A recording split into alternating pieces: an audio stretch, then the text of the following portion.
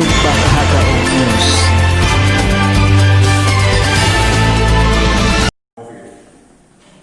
Alhamdulillah, semua gerakan-gerakan ini telah memberi hasil menggembirakan. Tentunya atas dukungan Bapak Bupati Pidijaya, Bapak Kapolres, Bapak Dandim, dan jajarannya.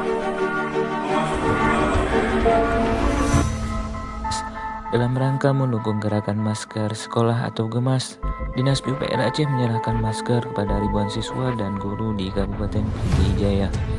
Menyerahkan masker secara simbolis oleh Kadis PUPR Aceh Insinyur Fajri MT dilaksanakan di Aula Kantor Bupati Pidijaya, Senin 1 Oktober.